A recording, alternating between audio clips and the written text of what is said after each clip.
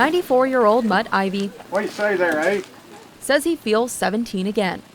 4 of us brothers in World War II, and the middle brother got killed in World War II. So how come I joined the Navy? Turned 17 in October. Spent the next year and a half over in South Pacific.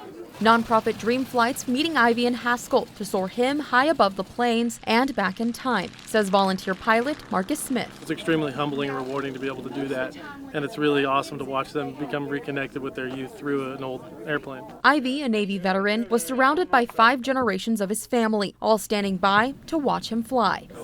You can't beat that. God's been so good to me. I've had some hard times, but he carried me through. But there was a special somebody with him inside the cockpit. Special picture of my soulmate, my sweet wife, that we had 72 good years together. She passed away a year ago in May. His late wife Bertie with him through the whole thrilling ride. I didn't want to go without her. We never went anywhere without each other. I think that's a secret to 72 years. Once back on the ground, Ivy penned his name on the tail of the plane, like the veteran passengers that came before him, joining the written record of life stories relived, and also a part of those still to take off. In Haskell, you can count How was on. it up there, Papa? It was wonderful.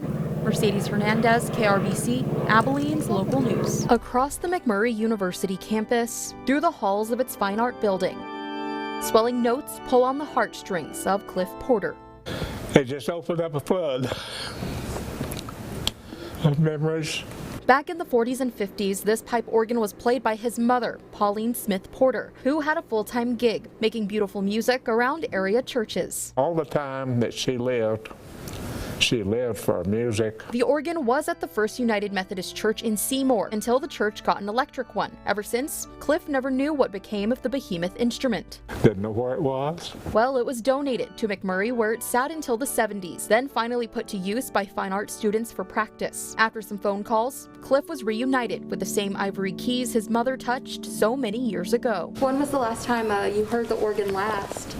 1953.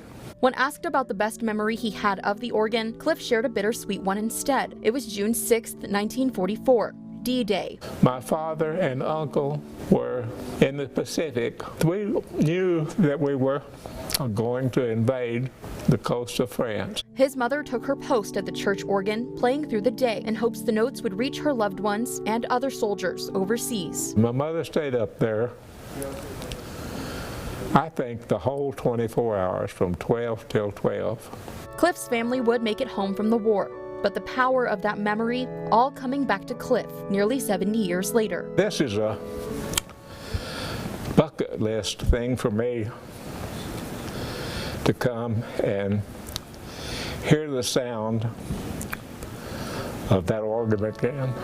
In Abilene, with coverage you can count on, It's just been a wonderful day for me, Mercedez Hernandez, KTAB News. and I thank God for it.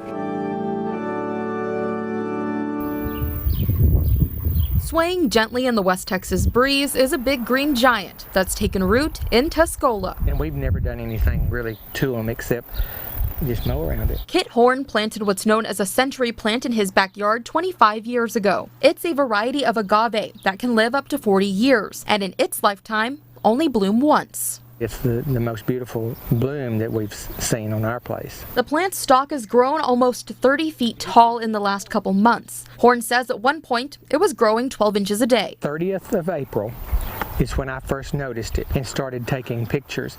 And we'd take a picture every day, and each day it showed that it was growing a foot a day. You could almost sit there and watch it grow. General Manager of Garden World Todd Hooper says century plants are a hardy breed, and seeing one flower is an experience to relish. Only one time in their lifetime will they bloom.